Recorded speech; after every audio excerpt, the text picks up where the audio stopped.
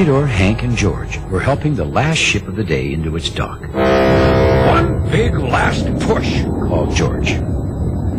"This is a heavy one," said Hank, as he strained against the ship. "No ship's too big for us, Hank," said Theodore, and he put a little extra power into his push. "Good work," boomed George. "We're finished. I need a rest." "Sounds good to me," said Hank. "Tomorrow will be even busier." "I wouldn't miss it for anything," said Theodore.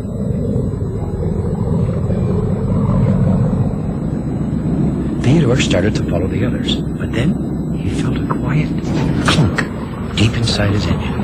He stopped. "I can't move," thought Theodore. He tried moving backwards. It worked. Theodore found he could move backwards just like normal. But he could not go forward. Something is wrong, he thought.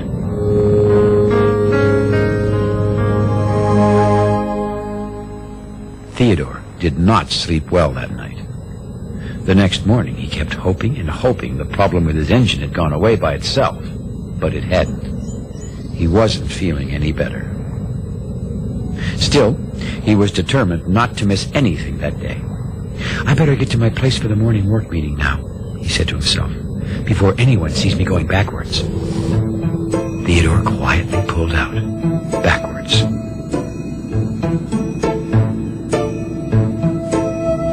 Then he circled around toward his place at the dock, being very careful not to wake any of the sleeping tugs. He had almost made it to his place when he gently bumped into Emily. "Oops," he said out loud. He hoped he didn't wake Emily. Well, Emily rocked a little back and forth, but she kept on sleeping. "Whew, that was close," thought Theodore as he moved to his place. He turned off his engine and waited for the work meeting to begin.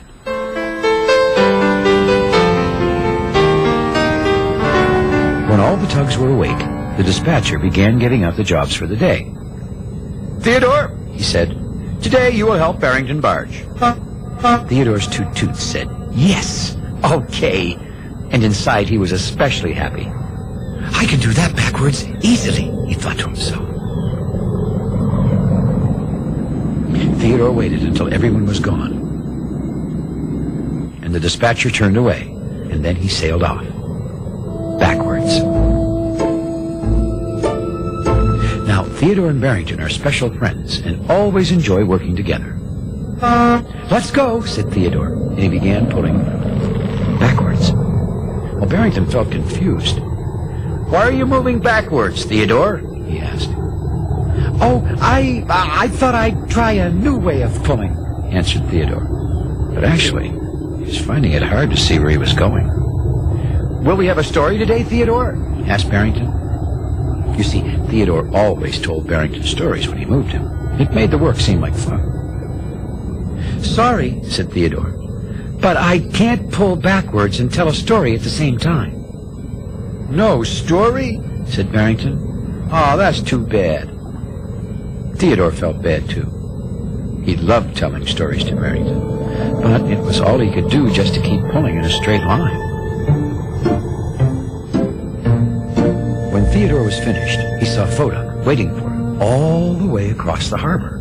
Foduck would be sure to see him going backwards. What should I do, he wondered. Just then, he spotted Emily coming towards him.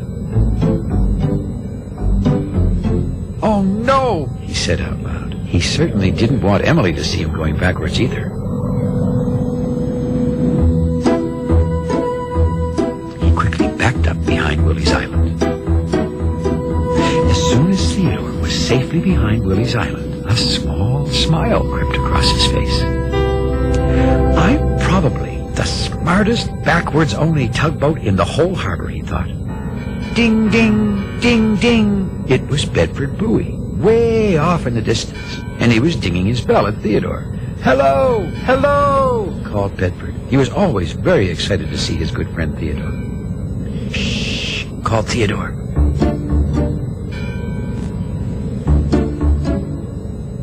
"I'm hiding." "Oh, that sounds like fun. I'll hide too." But then Bedford realized that bellboys couldn't really hide, so he tried spinning instead. Whee! Oh, this is fun, Theodore! He shouted. All of Bedford's shouts and dings caught Emily's attention. Are you calling me, Bedford? She said. No, replied Bedford dizzily, still spinning.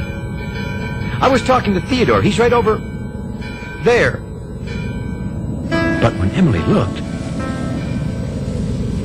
Theodore was nowhere to be seen. Bellboys are strange sometimes, she said to herself, and set off again. Theodore had snuck around the other side of Willie's Island. How will I ever get across the whole harbor without Foduck seeing me going backwards? He sighed to himself. And then he saw Philip and Fillmore, the fairy twins, crossing the harbor. That gave him a great idea. Theodore waited for just the right moment. Then he snuck up behind Fillmore so no one could see him. Then he went all the way across the harbor behind him, backwards.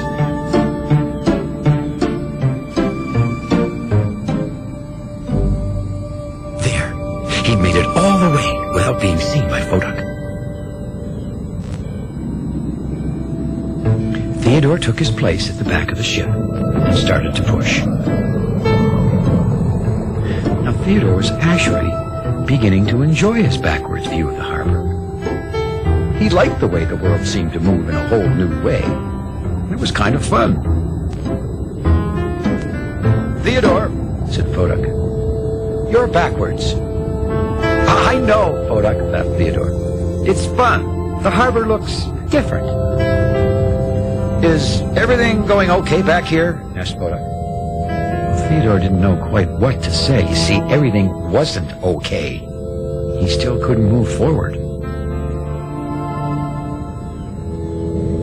But he didn't want to tell Foduck because he didn't want to miss anything going on in the harbor that day. I hope I don't have to go backwards forever, Theodore said to himself.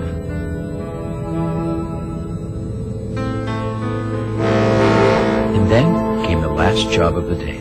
Emily and George needed help moving a large container ship. By this time, Theodore's engine was becoming very tired, and he wasn't sure if he could do much more work forward or backward. Where's Theodore? Said George. He knows we need him, said Emily. Theodore managed to sneak by both tugs and get right next to the big ship without anyone seeing him. Hi, he said. Theodore, said George. Where did you come from? Oh, I just got backwards. I mean, back. I just got back from my other job, said Theodore. Okay, said Emily. Let's move this ship. Theodore, said George. I need you to be at the front so Emily and I can use our bigger engines to push from the back. Me in front? Asked Theodore. Right, said George.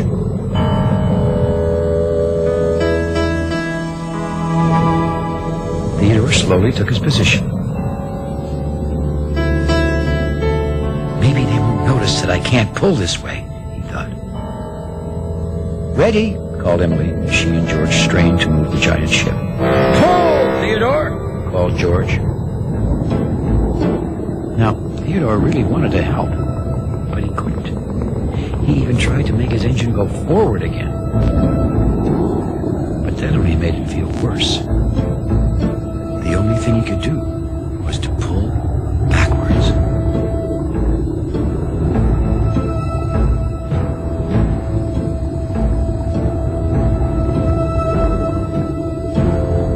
Stop, he shouted. What is it, Theodore? Asked George. Are we going to hit something? Called Emily. No, Answered Theodore quietly. it's me. Are you all right? Asked George and Emily together. Theodore took a deep breath before he spoke. No, I'm not all right. I can't move forward. Well, both Emily and George looked concerned. It happened yesterday, and I spent the whole day moving backwards and not telling anyone. Well, that must have been hard, said Emily. It was, said Theodore. But I didn't know what to do.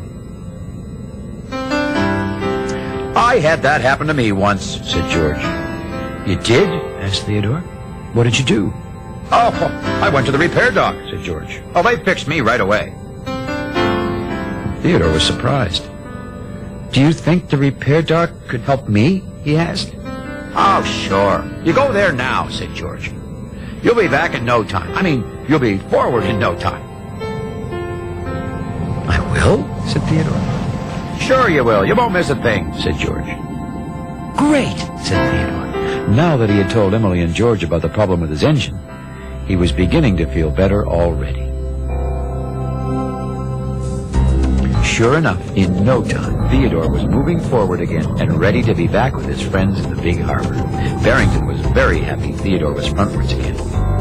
This feels so much better, said Theodore.